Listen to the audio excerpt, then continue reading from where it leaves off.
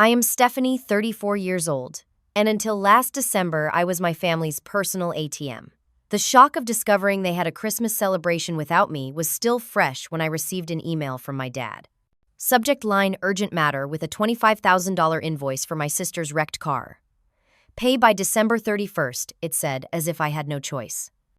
Before I tell you how I handled this situation, let me know where you are watching from and hit subscribe if you have ever felt used by family. Looking back, I should have seen the signs years ago. In our family, I was always the responsible one, the problem solver, the one everyone turned to when things went wrong. From as early as I can remember, my parents Frank and Martha instilled in me the belief that family comes first, that we take care of our own. But somehow that translated into me taking care of everyone else, while no one took care of me. I grew up in a small town in Michigan where everyone knew everyone else and family reputations mattered. My parents ran a small hardware store that did okay but never thrived. We were comfortable but not wealthy. I have two siblings, my younger sister Jessica, who is 28, and my older brother Daniel, who is 36. Jessica was always the favorite. Pretty charming and manipulative from a young age, she learned quickly that batting her eyelashes and shedding a few tears could get her whatever she wanted. My parents never seemed to notice how calculated her behavior was. To them, she was their precious baby girl who needed protection from the harsh world. Jessica is just more sensitive than you, Stephanie, my mother would say whenever I pointed out the unfairness. You have always been so independent and strong. What they called independence and strength was actually me learning early that my needs would always come second. I worked hard in school, got a scholarship to college, and put myself through a finance degree. After graduating, I landed a job at a prestigious accounting firm and steadily worked my way up. Now, I am a senior financial advisor with a comfortable salary, a nice apartment in Chicago, and a life I built entirely on my own. Despite the distance, I maintained regular contact with my family. Weekly phone calls with mom, occasional visits during holidays, and unfortunately, regular financial assistance. It started small, helping mom and dad with unexpected medical bills, lending Daniel money when he was between jobs, contributing to Jessica's college fund, even though I was still paying off my own student loans. The requests grew larger over time. $5,000 to help my parents pay off their credit card debt. $10,000 as a down payment loan for Daniel when he bought his house. $15,000 for Jessica's final year of college when she decided her original major was not her passion anymore and needed an extra year to graduate in fashion merchandising. I never said no. How could I? They were family. Each time they asked, they assured me it was just this once, just until they got back on their feet. Each time I believed them. You are so blessed with your career, Stephanie, my mother would say. God gave you this success so you could help your family. My boyfriend Tom, whom I had been dating for 2 years, was the first person to use the word enabling to describe my relationship with my family. We met at a charity fundraiser where we both volunteered, and from the beginning he noticed things about my family dynamic that I had normalized. They only call when they need something, he pointed out after my mother rang 3 times in 1 week about helping Jessica buy a new car. Have they ever asked how your promotion went? Or if you needed anything? I defended them initially. They are just going through a rough patch. For the entire time I have known you, Tom replied gently. Steph, they have been going through a rough patch for 2 years straight. Deep down, I knew he was right, but acknowledging it meant confronting a painful truth. My family saw me as a resource, not as a daughter or sister. It was easier to keep writing checks than to face that reality. Last Christmas was supposed to be different. I had made plans to drive the 3 hours back to my hometown, bringing gifts for everyone. Tom was going to join me for the first time, a big step in our relationship. I had even booked a hotel room nearby so we would not impose on my parents but could still participate in all the family traditions: Christmas Eve, dinner opening presents by the fireplace on Christmas morning, my mother's famous cinnamon rolls for breakfast. I sent my RSVP to my mother's group text about holiday plans in early November. Tom and I are excited to join everyone for Christmas. Let me know if you need me to bring anything special. My mother responded with a thumbs up emoji. Just a thumbs up. I thought it was strange, but did not read too much into it. People get busy during the holidays after all. As December approached, I bought thoughtful gifts for everyone. a limited edition power tool set for my dad who still enjoyed woodworking in his garage, a spa day package for my mom. The latest gaming console for Daniel, who was an avid gamer despite being in his 30s. And for Jessica, a designer handbag she had been hinting about for months. I was so focused on making this Christmas perfect that I ignored the warning signs, the decreasing frequency of family calls, my mother's vague responses to specific questions about holiday plans, the way Jessica had stopped sending me. Her usual barrage of social media updates. Tom noticed. "Have you confirmed the Christmas plans with your family recently?" he asked one evening as I wrapped presents. "It seems like they have been pretty quiet." "They are just busy," I said. "It is the holiday season. The store always gets hectic this time of year." But Tom's question planted a seed of doubt that I could not shake. Little did I know how right he was to be concerned. A week before Christmas, I texted my mother to finalize our arrival time. "Tom and I plan to get to town around 4 p.m. on the 24th. Will that work with dinner plans?" Her response came hours later, which was unusual. Mom typically kept her phone close and responded quickly. "Oh, honey, we are not really doing anything special this year. Your father has been so tired from the store, and we thought we would just have a quiet Christmas." Something about her message felt off. A quiet Christmas. Our family had never had a quiet Christmas in my entire life. Mom lived for the holidays, decorating the house from top to bottom and cooking enough food to feed the entire neighborhood. "That is fine," I replied. "Tom and I do not need anything fancy. We would just love to spend time with everyone." She read the message but did not respond. The next day, while scrolling through Instagram, I saw something that made my stomach drop. Jessica had posted a photo of our family home's living room completely decorated for Christmas. The tree was up, covered in the same ornaments we had used since childhood. Garlands hung from the fireplace mantel. In the caption, she wrote, "Getting ready for the best Christmas ever. Cannot wait for everyone to be together." Everyone! But my mother had just told me they were not doing anything special. With shaking hands, I called my mom. She answered on the fourth ring, her voice artificially bright. "Stephanie, honey, how are you?" "Mom, I just saw Jessica's post about Christmas decorations," I said, trying to keep my voice steady. "I thought you said you were not doing anything special this year." A long pause followed. "Well, we put up some decorations. Force of habit, you know." Jessica's post mentioned everyone being together. I pressed. "Who is everyone?" Another pause. "Just the usual. Your father, me, Jessica, Daniel, and his wife." "And me and Tom, right?" I asked, though I already knew the answer. "Well, Stephanie," my mother began, her voice taking on that particular tone she used when she was about to say something she knew was wrong. "We thought since you have your fancy job in the city and your new life with Tom, you might prefer to do something more sophisticated this year. Jessica mentioned you said something about being tired of our small-town traditions." I was stunned. I never said that, ever. "Well, that is what Jessica remembered from your last conversation. And you know we do not want to impose on your busy schedule." The conversation continued in this vein, with my mother offering flimsy excuses that made no sense. Eventually, I ended the call feeling like I had been punched in the stomach. Later that day, I received a text from my childhood friend Sarah, who still lived in my hometown. "Hey, Steph, your mom asked me to bring my famous apple pie to your family Christmas party on the 24th. Any special requests?" So, not only were they having a Christmas celebration, but they were inviting extended family and friends. Everyone except me and Tom. When I showed the message to Tom, his face darkened with anger on my behalf. "This is unacceptable, Stephanie. They are deliberately excluding you and lying about it." "There must be some misunderstanding," I said, though I did not believe it myself. "Maybe Mom is planning a surprise for me." Tom took my hand. "I think the only surprise is that they have shown their true colors. I am so sorry, Steph." That night, I cried myself to sleep while Tom held me. The pain of rejection from my own family cut deep, especially after years of being there for them financially and emotionally. The next morning, Tom suggested we create our own Christmas traditions. "Let us make reservations at that restaurant you love downtown for Christmas Eve," he said. "Then we can go see the lights at the zoo, exchange our gifts on Christmas morning, and maybe volunteer at the shelter in the afternoon. Make this Christmas about us and what matters to us."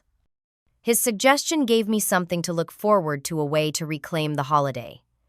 I decided not to confront my family further about the exclusion. Instead, I would send their gifts as planned and try to enjoy my Christmas with Tom. I wrapped everyone's presents carefully, wrote heartfelt cards, and shipped the package to my parents' house. In my mother's card, I wrote, "Wishing you all a wonderful Christmas. I hope these gifts bring you joy. Love always, Stephanie." No mention of the exclusion, no guilt trip. I wanted to take the high road. The week before Christmas passed in a blur of alternative holiday activities. Tom and I attended his company's Christmas party, went ice skating in Millennium Park, and watched holiday movies with hot chocolate. My colleague Laura, upon hearing about my family situation, invited us to join her family's Christmas dinner.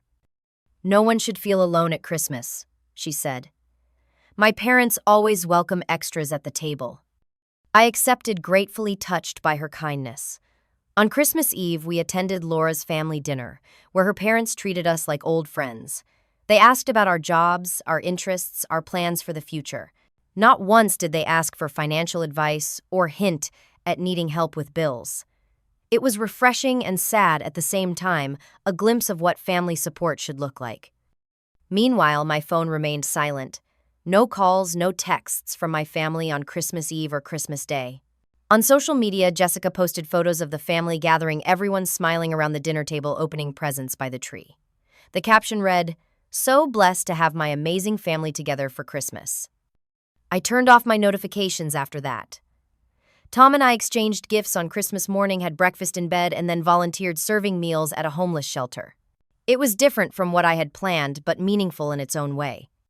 "Next year will be better," Tom promised as we walked home that evening, snow crunching beneath our boots. "We will create our own traditions with people who actually value and respect you." I nodded, trying to believe him, unaware that the worst was yet to come. The morning after Christmas, December 26th, I woke up to an email notification on my phone. The subject line made my heart skip a beat. "Urgent matter," from my father's email address. Still groggy with sleep, I opened it, expecting perhaps an explanation for the Christmas exclusion, or maybe even an apology. What I found instead left me speechless. "Stephanie," the email began, with no greeting, no pleasantries. "Jessica was in a car accident last week. She is okay, but her car is totaled. The insurance will not cover it because of some technicality. We need $25,000 to get her a replacement vehicle. She needs reliable transportation for her new job. Please transfer the money to the family account by December 31st. Receipt attached." Attached was an invoice from a local car dealership for a brand new SUV, much nicer than the car Jessica had wrecked and certainly more expensive than what I drove myself. There was no please, no thank you in advance, no acknowledgement of the Christmas situation. Just an expectation that I would hand over $25,000 with no questions asked, as if I were an ATM rather than a family member. I showed the email to Tom, who had just brought me coffee in bed. His eyes widened as he read it. "Are they serious?" he said. "They exclude you from Christmas and then have the audacity to demand $25,000 for a new car for Jessica, without even an explanation or an apology." "It appears so," I said, my initial shock giving way to a slow-burning anger. "You are not considering paying this, are you?" Tom asked cautiously. The truth was, my first instinct had been to figure out how quickly I could transfer the money. That is how deeply programmed I was to meet my family's financial demands without question. But something had shifted after the Christmas exclusion. A line had been crossed. "I do not know," I admitted. Part of me wants to say no, but another part worries about Jessica needing a car for her job. Tom sat beside me on the bed. "Steph, you deserve better than this. They cannot treat you like an outsider when it comes to family gatherings, but then treat you like a cash machine when they need money. That is not love. That is exploitation." Deep down, I knew he was right, but years of conditioning made it hard to refuse a family emergency. I decided to at least get more information before making a decision. I called my father, who picked up immediately, unusual for him. "Stephanie, did you get my email?" he asked, without saying hello. "Yes, Dad, I got it. But I have some questions. What happened with Jessica's accident, and why is insurance not covering it?" He sighed as if my questions were an inconvenience. "She was driving home from a friend's house and hit a guardrail. The insurance company is giving us trouble because she was texting when it happened, calling it reckless driving or some nonsense. You know how insurance companies look for any excuse not to pay. Did she get a ticket? I asked. That is not relevant, Stephanie, my father replied sharply.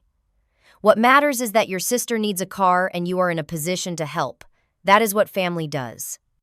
Dad, I just find it strange that you are asking me for $25,000 right after excluding me from the family Christmas. A long pause followed. When he spoke again, his voice was cold. Is that what this is about? You are going to hold a grudge about Christmas when your sister is in need. We thought you were too busy with your fancy city life to bother with our small town celebration. Before I could respond, my phone beeped with another call coming in. It was Jessica. I told my father I would call him back and switched over. Jessica's voice was that special mix of whiny and demanding that she had perfected over the years. Dad said you are giving him trouble about my car. I cannot believe you are being so selfish. You know I need a car for my new job at the boutique. Hello to you too, Jessica, I said. I am just trying to understand the situation better. Why did you not have full coverage insurance on your car? It was too expensive, she huffed, and I needed that money for other things. What other things were more important than properly insuring your car? That is none of your business, she snapped. The point is, I need a car now and you have the money. You are never there when the family needs you. You missed Christmas, and now you are hesitating to help me with this emergency. I nearly choked on the hypocrisy. Jessica, I did not miss Christmas. I was not invited. Whatever, she dismissed. Are you going to help me or not? The dealership can only hold the car until the 31st. I told her I needed time to think about it and ended the call. Minutes later, my phone dinged with a text from Daniel. Hey sis, heard you are giving Jess a hard time about the car money. Come on, family is family. She really needs your help. Do not be difficult about this. Curious about what Jessica was not telling me, I called a friend who worked at the local police department in my hometown. After some small talk, I asked if he had heard anything about Jessica's accident. Oh yeah, he said. Everyone has heard about that. She was texting and driving, blew through a stop sign, and hit a guardrail. Lucky she did not hit another car. She got cited for reckless driving and using a mobile device while driving. Her insurance is not covering it because she only had the minimum liability coverage, and this was clearly her fault. Plus, there was some question about whether she had been drinking earlier. The picture became clearer. This was not some unfair insurance decision, but the consequence of Jessica's irresponsibility. And now, as always, the family expected me to clean up her mess. That evening, I still had not decided what to do about the car money. The logical part of me knew I should refuse, but decades of family conditioning made it difficult to say no. I needed more information, so I called Eleanor, our longtime neighbor who had been like a second mother to me growing up. If anyone knew what was really going on with my family, it would be Eleanor. Stephanie, dear, she answered warmly. I have been thinking about you. I missed seeing you at Christmas. That is actually part of why I am calling, I said. I was not invited to the family Christmas this year, and I am trying to understand why. A long pause followed. Oh dear, Eleanor finally said. I had assumed you could not make it. Your mother told everyone you were too busy with work. That is not true, I said. I had made plans to come with my boyfriend. We had a hotel booked and everything. Mom told me they were having a quiet Christmas, but then I saw on social media that they had a big celebration. Eleanor sighed heavily. Stephanie, I do not like to get involved in family matters, but I care about you. I have always thought your family takes advantage of your generosity. What do you mean? Well, at the Christmas party, I overheard some things. Your sister Jessica was telling people that you had become too high and mighty with your city job and that you would probably bring down the mood with your judgmental attitude. She said it was better that you were not there. Each word felt like a slap. Jessica said that, and my parents allowed it. Your mother actually agreed with her, Eleanor said gently. She said something about how you always make Jessica feel bad about her life choices and Christmas should be a happy time. Your father nodded along. I felt sick. Did anyone defend me? Your brother Daniel started to say something, but Jessica shut him down pretty quickly. Said he was only defending you because you had helped him with his mortgage. I closed my eyes, trying to process this betrayal. Is there anything else I should know, Eleanor?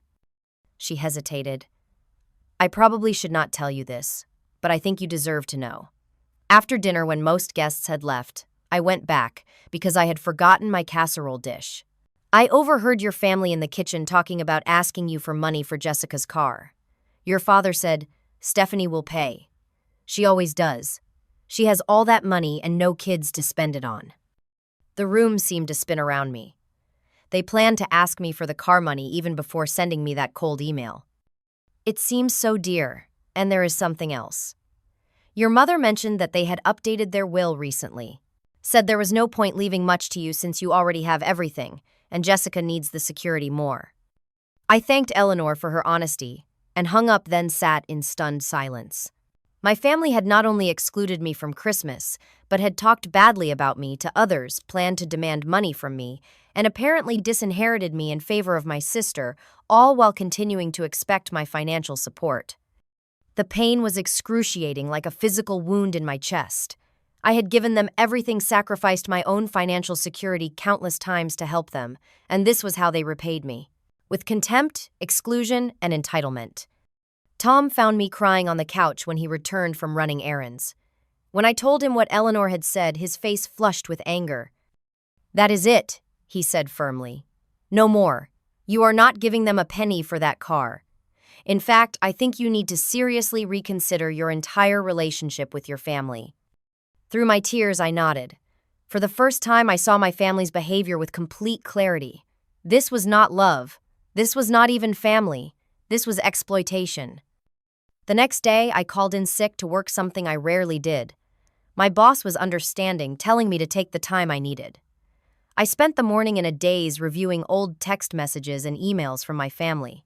With my new perspective, I could see a clear pattern I had missed before: communication that started with warm greetings, but always ended with requests for money or favors. In the afternoon, I met my colleague Claire for coffee. Claire had mentioned once that she had cut ties with her own toxic family, and I needed to talk to someone who would understand. It was the hardest thing I ever did, Claire told me after I explained my situation, but also the most necessary. Family is supposed to be a source of support and love, not a constant drain on your resources and self-esteem. How did you do it? I asked. How did you set boundaries without feeling guilty? I worked with a therapist, she said, and I started small. First, I stopped responding immediately to their demands. Then I began saying no to financial requests. Finally, I limited contact to what I could handle emotionally. It was a process, not an overnight change. She reached across the table and squeezed my hand. The most important thing I learned is that giving in to toxic family demands does not actually help them. It enables harmful patterns to continue. True love sometimes means saying no. Her words resonated deeply. I had been thinking I was helping my family all these years, but maybe I had been part of the problem, allowing them to avoid the consequences of their actions and never learn financial responsibility. That evening, I made an emergency appointment with a therapist who specialized in family dynamics. Even one session helped me see that what I had experienced was financial abuse, and that my family's behavior fit a classic pattern of treating a family member as a resource rather than a person. Your worth is not determined by what you can give to others, the therapist told me. And love that comes with financial strings attached is not really love at all. By the end of that day, I knew what I needed to do. Not just about the car money, but about my entire relationship with my family. It would be difficult, but for the first time in my life, I was ready to put myself first. The next morning, I woke up with a clarity I had never felt before. The hurt was still there, a dull ache in my chest, but alongside it was a new emotion: resolve. I was done being used. It was time to establish boundaries, even if it meant facing the anger and manipulation that would surely follow. My first step was to draft a response to my father's email about the car money. I spent hours writing and rewriting with Tom, offering support and perspective. I wanted to be firm but not cruel, clear but not vindictive. By the afternoon, I had composed an email that felt right. Dear Dad, Mom, Jessica, and Daniel, it began. I have given considerable thought to the request for $25,000 for Jessica's new car. After careful consideration, I have decided that I will not be providing this money. Jessica's accident was the result of irresponsible behavior texting while driving, which could have harmed not only her but others on the road. Additionally, her decision not to carry proper insurance was another irresponsible choice that has led to these consequences. More fundamentally, I can no longer continue the pattern of financial support that has characterized our relationship for years. I have recently learned that while you expect and demand financial assistance from me, you excluded me from family Christmas celebrations and spoke disparagingly about me to others. I also understand that you have made estate planning decisions based on the assumption that I will continue to support the family financially indefinitely. This pattern of behavior is hurtful and unhealthy. Moving forward, I will no longer be providing financial support of any kind. This includes emergency expenses, loans, gifts beyond normal birthday and holiday presents, education costs, or any other monetary assistance. I hope that we can eventually build a relationship based on mutual respect and love, rather than financial expectations. However, this will require significant changes in how we interact and treat each other. I wish you all the best as you navigate this situation with Jessica's car and any future financial matters. I am confident that as adults you can find solutions that do not involve treating me as a financial resource. I signed it simply. Stephanie then took a deep breath and hit send. A moment later, I went to my banking app and set up 4 separate transfers of $10 each to my father, mother, Jessica, and Daniel, with the memo line reading, "This is all you deserve after how you have treated me." It was petty perhaps, but after years of giving thousands upon thousands of dollars with no appreciation, I felt entitled to one small act of rebellion. "How do you feel?" Tom asked after watching me complete these actions. "Terrified," I admitted, "but also free." He pulled me into a hug. "I am proud of you. This will not be easy, but I will be right here with you through whatever comes next." We did not have to wait long for the fallout. Within an hour of sending the email, my phone exploded with notifications. Text messages, voicemails, even emails, all expressing shock, anger, and disbelief. "How dare you read a text from Jessica? After everything this family has done for you. We raised you better than this," my mother wrote. "To turn your back on family in their time of need is unforgivable." My father's voicemail was cold and threatening. "You will regret this decision, Stephanie. Family is forever, and someday you will need us." Only Daniel's message showed any sign of reflection. "I am sorry it came to this. I should have stood up for you more." I turned off my phone for the rest of the day. Tom and I went for a long walk along the lake, discussing how to handle the situation moving forward. When we returned home, I connected with an online support group for people dealing with financially abusive family relationships. Reading others' stories helped me feel less alone and reinforced that I was making the right decision.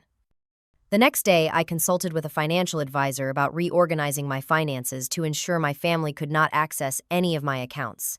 I changed passwords, removed family members as beneficiaries on certain policies, and set up new security questions they would not be able to guess.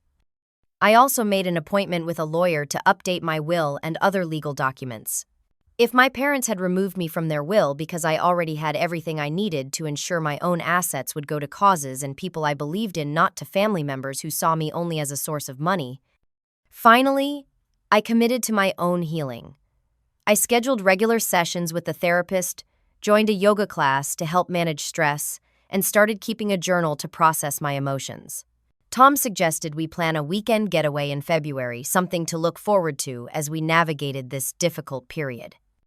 "This is your year of setting boundaries," he said as we made plans.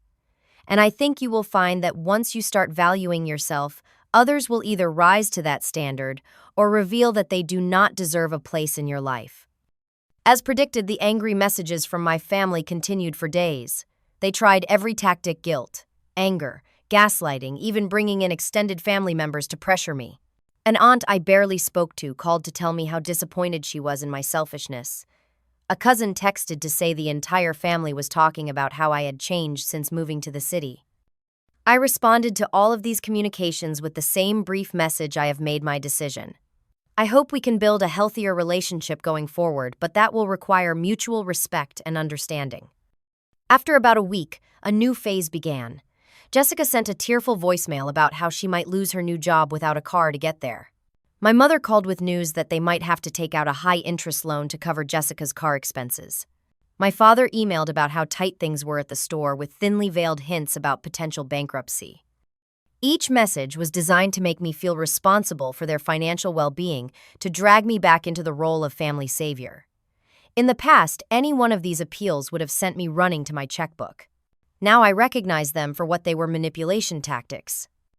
Instead of giving in, I responded with practical suggestions.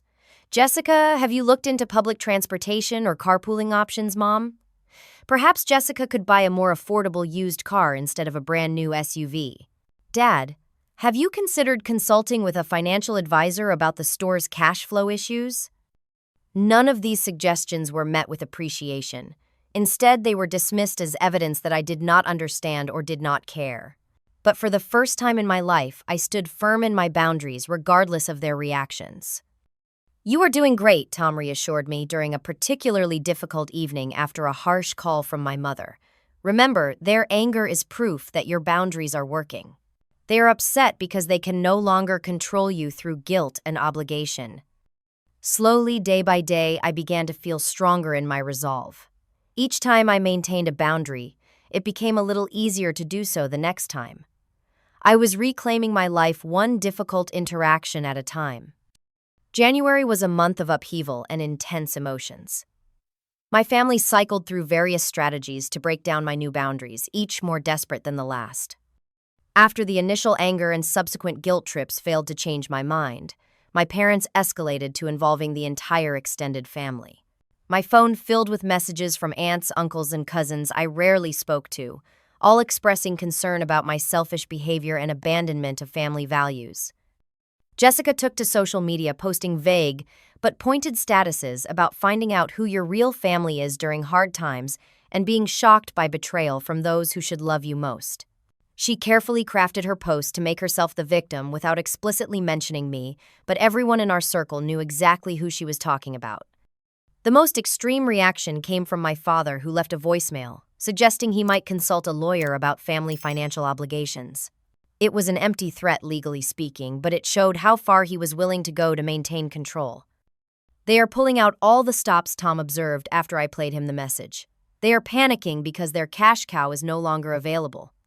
He was right. Without my financial support, my family was facing the consequences of their financial irresponsibility for perhaps the first time. Jessica had to take the bus to her new job at the boutique, something she complained about loudly on social media. My parents had to dip into their savings to cover some unexpected home repairs. Daniel, who had been planning to renovate his kitchen, had to put those plans on hold. 3 weeks after I sent the email refusing to pay for Jessica's car, I received a surprising call from Daniel. "Can we meet for coffee next time you are in town?" he asked, his tone subdued. "Just you and me. There are some things I want to say to you face to face." I agreed, cautiously optimistic that at least one family member might be ready for an honest conversation. The following weekend, Tom and I drove to my hometown, ostensibly to pick up some furniture I had stored in a friend's garage, but really so I could meet with Daniel. We met at a small cafe on the outskirts of town, away from my parents' usual haunts. Daniel looked tired, with dark circles under his eyes and a slump to his shoulders I had not seen before. "First, I want to apologize," he said after we ordered our drinks. "I should have stood up for you at Christmas, and I should not have joined in pressuring you about Jessica's car. It was wrong." His apology caught me off guard. In our family, apologies were rare, almost non-existent. "Thank you for saying that," I replied. "It means a lot." Daniel stared into his coffee. "The thing is, Steph, your email made me realize some uncomfortable truths. I have been just as bad as the rest of them, taking advantage of your generosity. That money you lent me for my down payment, I know I promised to pay it back, but I never intended to. I just assumed you would write it off as a gift like you always do." His honesty was both painful and refreshing. "Why are you telling me this now?" "Because I want to change," he said. "When you cut off the financial support, it forced me to look at my own behavior. I have been living beyond my means for years, always expecting you to bail me out if things got tight. It is not fair to you, and it is not helping me grow up." He pulled out a folded piece of paper and slid it across the table. It was a payment plan with monthly installments to repay the down payment loan over the next 3 years. I cannot pay it all back at once, he explained, but I can do this, and I will. Whether or not you ever give any of us money again, this is a debt I need to honor. I felt tears pricking at my eyes. This was unexpected, a glimmer of hope that at least one relationship in my family might be salvageable.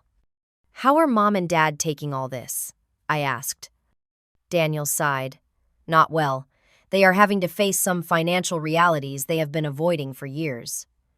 The store has not been profitable for a long time, but they kept it going by relying on your help. Now, they are talking about possibly selling it and downsizing their house. And Jessica. Jessica is Jessica, he said with a grimace. She is angry that her actions have consequences. She ended up buying a used car, nothing fancy, with a loan co-signed by Mom and Dad. She hates it and blames you for not having the SUV she wanted. We talked for nearly 2 hours, covering years of family dynamics and financial entanglements. By the end, we had reached a new understanding. Our relationship would no longer revolve around money, but around genuine connection. It would take time to rebuild trust, but it was a start. A month after my meeting with Daniel, my mother called. Her voice lacked its usual confidence, sounding smaller and more hesitant than I had ever heard. We should talk, she said. Your father and I have been doing some thinking. I agreed to a video call with both of them the following evening. Tom offered to sit with me for support, but I decided this was a conversation I needed to have alone. When their faces appeared on my screen, I was struck by how much older they looked. The strain of the past few months had taken a toll. We owe you an apology, my father began, clearly reading from notes. We have not treated you with the respect you deserve. We took advantage of your generosity and excluded you from family gatherings. That was wrong. His words sounded rehearsed, lacking genuine remorse, but it was still more acknowledgement than I had expected. My mother jumped in. We miss you, Stephanie, and we want to try to repair our relationship. Daniel has been talking to us about boundaries and respect. She paused. He says you have been seeing a therapist. Maybe that would be good for all of us. I was surprised by this concession. My parents had always dismissed therapy as something for weak people who cannot solve their own problems. I appreciate you saying that, I replied carefully. I miss aspects of our relationship too, but things cannot go back to the way they were. If we are going to have a relationship moving forward, it has to be based on mutual respect, not financial expectations. They nodded, though I could see the adjustment was difficult for them. We talked for nearly an hour, setting preliminary boundaries and expectations. They agreed to attend at least one family therapy session with me. It was a small step, but significant given their previous attitudes. Jessica remained the holdout. She refused to speak to me directly, communicating only through passive-aggressive social media posts and occasional text messages, demanding to know when I would get over myself and start acting like family again. In late February, I finally agreed to meet with her at Daniel's urging. We met at a restaurant halfway between our city's neutral territory for what promised to be a difficult conversation. From the moment she sat down, her body language was defensive. Arms crossed, eyes narrowed. So she began, "Are you done punishing us yet?" "This is not about punishment, Jessica," I replied calmly. "This is about establishing healthy boundaries." "Boundaries," she scoffed. "That is just a fancy word for being selfish. Family helps family. That is how it works." "Family respects family," I countered. "That includes respecting when someone says no, not talking badly about them behind their back, and certainly not excluding them from holiday celebrations." The conversation deteriorated from there. Jessica alternated between defensive justifications of her behavior and tearful accusations about my abandonment of the family. She refused to take responsibility for either the car accident or her role in excluding me from Christmas. "You have always been jealous of me," she said at one point, "just because Mom and Dad love me more." In the past, a comment like that would have devastated me. Now I recognized it for what it was: a desperate attempt to regain control by hurting me. "I am not here to argue about who Mom and Dad love more," I said evenly. "I am here to see if we can establish a healthier relationship going forward. If you are not interested in that, then there is not much more to discuss." We parted without resolution, Jessica stomping off to her car while I paid the bill. Daniel later told me she had returned home in a fury, complaining that I was impossible to talk to and thought I was better than everyone else. It hurt, but I was beginning to accept that not every relationship could be salvaged. Some people are not capable of the self-reflection necessary to build healthy connections. As winter turned to spring, a new pattern emerged in my family. Daniel and I spoke regularly, rebuilding our relationship on a foundation of mutual respect. He made his loan payments faithfully each month, never asking for additional financial help, even when facing unexpected expenses. My parents oscillated between grudging acceptance of the new boundaries and occasional attempts to test them. They attended 2 family therapy sessions before deciding it was not for them, but even that limited exposure seemed to help them understand my perspective a little better. Jessica remained distant and resentful, but her attempts to turn family members against me gradually lost steam as others began to see the situation more clearly. Without my financial support, she had to become more independent, taking on additional hours at the boutique and learning to budget for the first time in her life. By March, something remarkable happened for the first time in years. An entire month passed without anyone in my family asking me for money. It was a small victory, but one that felt significant. Perhaps they were finally beginning to understand that our relationships needed to be about more than financial transactions. In April, I received an invitation to Easter dinner at my parents' house.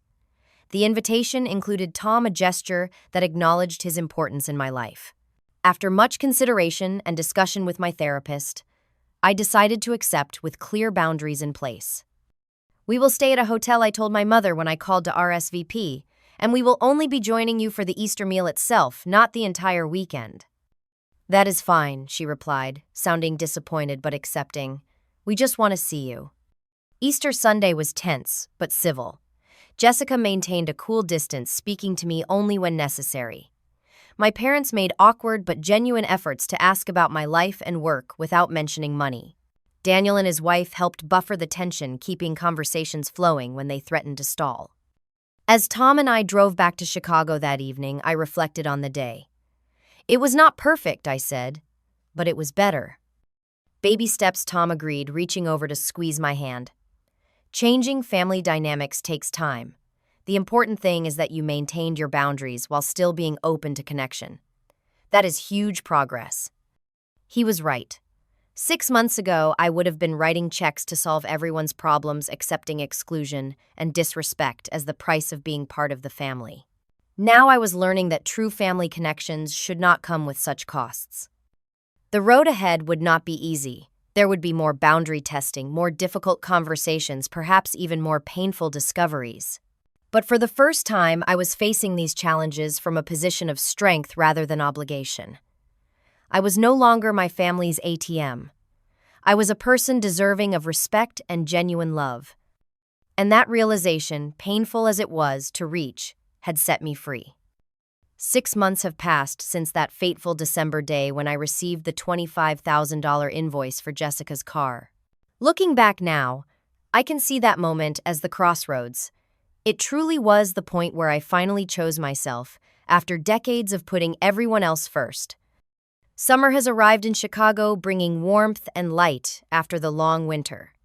My life has transformed in ways both subtle and profound. Tom proposed last month on a sunset cruise along the lake. The ring is modest but beautiful, chosen with care rather than flash, just like the life we are building together. "You taught me what real love looks like," he said as he slipped it onto my finger. "Not obligation or control, but support and respect." My relationship with my family has settled into a new pattern, one with clear boundaries and realistic expectations.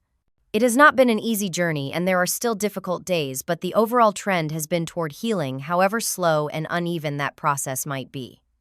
Daniel has become a true ally.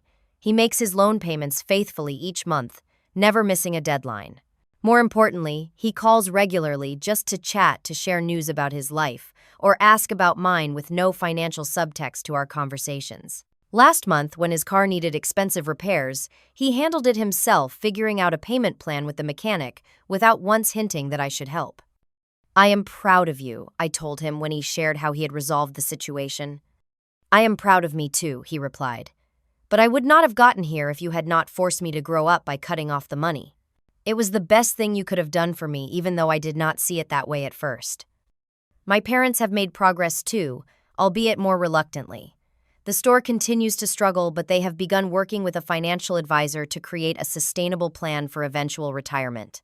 They no longer assume I will bail them out of every crisis, though they occasionally test the waters with comments about how expensive everything is these days, or how retirement savings are not what they used to be. I respond to these hints with sympathetic listening, but no offers of money. Gradually, they are learning that they can have my emotional support without financial strings attached. Your father and I are thinking about downsizing, my mother mentioned during our last phone call. The house is too big for just the two of us, and the maintenance is becoming too much. That sounds like a practical decision, I replied. Let me know if you want help researching smaller places in your price range. Notice what I offered: help with research, not help with a down payment or moving expenses. These small linguistic shifts have helped redefine the parameters of our relationship. Jessica remains the most resistant to change. She still believes I betrayed the family by refusing to pay for her car, and she makes little effort to hide her resentment. But even she has had to adapt to the new reality. She moved into a smaller apartment to save money, picked up a second part-time job on weekends, and has become more careful with her spending. She will come around eventually, Daniel tells me, or she will not. Either way, that is her journey to make, not yours to fix. He is right, of course. I cannot control how others respond to my boundaries, only how consistently I maintain them. Some relationships may not survive this transition, and I am learning to make peace with that possibility. Beyond my immediate family, I have expanded my support network in meaningful ways. I continue to meet with my therapist monthly, now focusing less on crisis management and more on long-term growth. I have formed deep friendships with several members of my support group for people with financially exploitative families. We meet for brunch once a month, sharing struggles and victories in a space of complete understanding. At work, I have found the courage to pursue a leadership position I had previously avoided, fearing it would leave me with less time and energy to solve my family's problems. Last week, I was officially promoted to Senior Financial Director with a significant salary increase and expanded responsibilities. You seem different lately, my boss commented during the promotion meeting. More confident, more willing to advocate for yourself. Whatever changes you have made in your personal life, they are reflecting positively in your professional presence. Perhaps the most profound change has been internal. The constant anxiety that once accompanied every family interaction has diminished. I no longer flinch when I see my parents' number on my caller ID. I no longer automatically calculate how much money I can spare when a family member calls with a problem. I have reclaimed not just my financial resources, but my emotional energy as well. Recently, I started volunteering as a financial literacy coach for young women from disadvantaged backgrounds. I teach them about budgeting, saving, and the importance of setting financial boundaries even with loved ones. It feels like transforming my painful experiences into something constructive, a way of ensuring fewer women end up in the position I was in. The most important thing to remember, I tell my students, is that saying no financially does not mean you do not care. Sometimes it is the most caring thing you can do, both for yourself and for the other person. This journey has taught me lessons I will carry for the rest of my life. I have learned that true love does not come with invoices or expectations of payment. I have learned that family relationships should be built on mutual respect and support, not one-sided sacrifice. I have learned that enabling unhealthy behavior does not actually help the people you care about. It merely postpones their opportunity for growth. Most importantly, I have learned that my worth is not measured by what I can provide materially to others. I am valuable simply for who I am, not for what I can give. This truth, so obvious to some, was revolutionary for me after a lifetime of being treated as a financial resource rather than a full human being. If you are in a similar situation, feeling used by family members who only seem to value you for your financial contributions, please know that you deserve better. Setting boundaries is not selfish. It is necessary for your well-being and for truly healthy relationships. The path will not be easy, but on the other side lies a freedom and peace that makes every difficult conversation, every tearful night, every moment of doubt completely worthwhile. Today, as I write this from my balcony overlooking the lake, I am no longer anyone's ATM. I am Stephanie, a whole person with needs and boundaries worthy of authentic love and respect. The journey to this place was painful, but I would not trade the clarity and freedom I have found for anything. Have you ever had to set difficult boundaries with family members who took advantage of your generosity? How did you handle the situation, and what did you learn from the experience? Please share your stories in the comments below. If this resonated with you, hit the like button and subscribe to hear more stories about navigating complex family dynamics and learning to value yourself. Thank you for listening, and remember, you deserve relationships built on genuine love, not obligation or exploitation.